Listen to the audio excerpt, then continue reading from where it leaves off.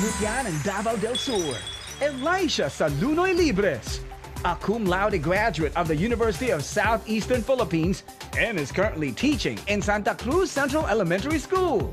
Let us join her as she uncovers the true beauty of her land as Miss Millennial Davao del Sur.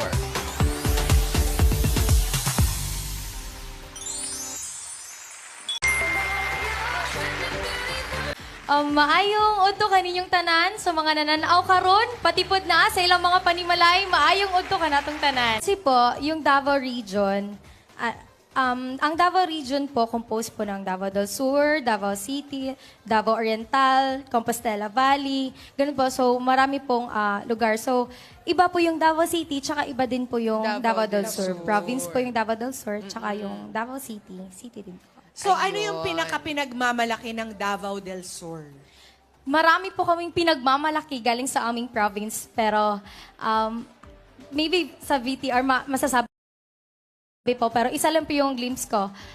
Ang Davao del Sur, magpapakita po at ipatataas po kayo dahil sa amin po makikita ang highest peak of the Philippines. Ang Highest peak. Apo, Yup, syempre. ang Mount Apo, yun pong pinagmamalaki naming lugar. Ang spot sa Davao del Sur, ang Mount Apo. Ang Mount Apo ba, nakapunta ka na doon? Yes! O anong Nakapunta na po anong talaga ako magandang dun. gawin doon? Alam mo po, marami pong trails yung Mount Apo, 7 trails po. Pero isa sa i-introduce ko po sa inyo, yung sa Santa Cruz Trail po. Kasi marami pong challenges na may experience natin. Hindi lang siya puro jungle, pero dadaan po tayo sa mga boulders. Okay, kung kami ni Luan, pupunta ng... Davao del Sur. Ay, Ayan, ayan, is pinapakita that you? niyo Ayan, yun. ako po yan. Umakyat po ako nung January. Gano'ng kalamig doon? Kasi highest peak eh, for sure. That's Sobrang lamig po talaga eh. Knowing na 2,594 above sea level yung aakyatan mo. So, sobrang lamig na lamig po talaga. So kahit amateur mountain climber Climber. or hiker, Kaya naman. kakayanin. Opo. ang Mount Apo. Nung umakyat ako, average lang po.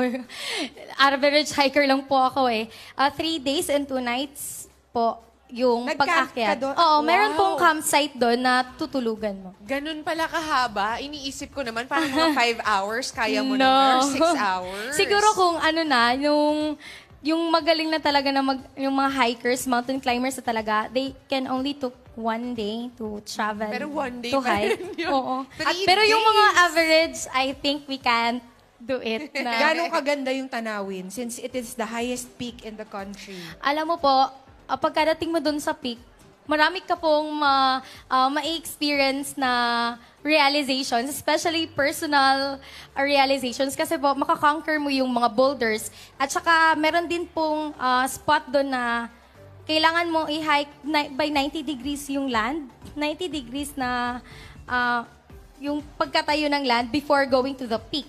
Kaya when you go to the peak na po, marirealize mo na kung kaya mong i-hurdle ang mountains, parang kaya mo din i-hurdle yung life. Na- May hugot Mga na hawa sa realizations. DJ James. Lai, paano ba pumunta ng Davao del Sur? Pag dito po sa Manila, sakay po ng plane po tayo, airplane for 1 hour, and then pagkadating po natin ng Davao City, sasakay ulit ng bus, and then for 1 hour again, Okay. Davao del Sur na po. Oh. Karon, atong ipakita og atong suyuron ang unsa ang naa sa Davao del Sur. Hello, Dapper Cats! Welcome to my province, where life and adventure takes place. This is the province of Davao del Sur. Tara, atong sugiron ang kinaiyahan ug ang garbo sa Davao del Sur.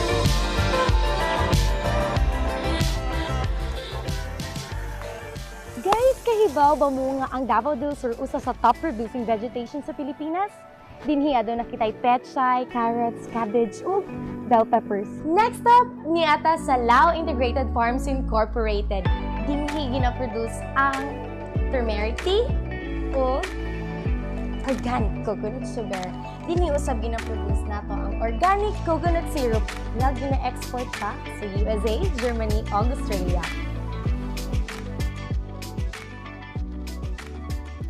Ang isa sa main attraction nga makita nato diri sa Davao del Sur mao ang Agong House.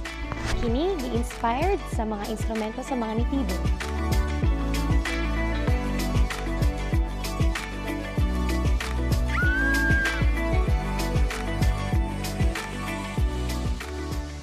Organic ice cream.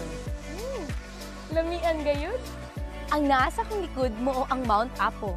O kahibaw ba mo nga ang Mount Apo ang pinakataas nga peak dinhi sa Pilipinas ug makita lang na dinhi sa Davao del Sur. Usa sa pinakalami nga pagkaon nga ato ang matilawan dinhi sa Davao del Sur mao ang pagluto sa nilutlotan. Magamit ta og karahay? Dili ang kuan. Kawayan. Luto sa native nga chicken sa kawayan. So gamay lang nga asin. Wow! Naluto na gayud. #food trip. #nilotlota. Province of Davao del Sur, where life and adventure takes place. Elisha Libres, your Miss Millennial Philippines 2018, Davao del Sur.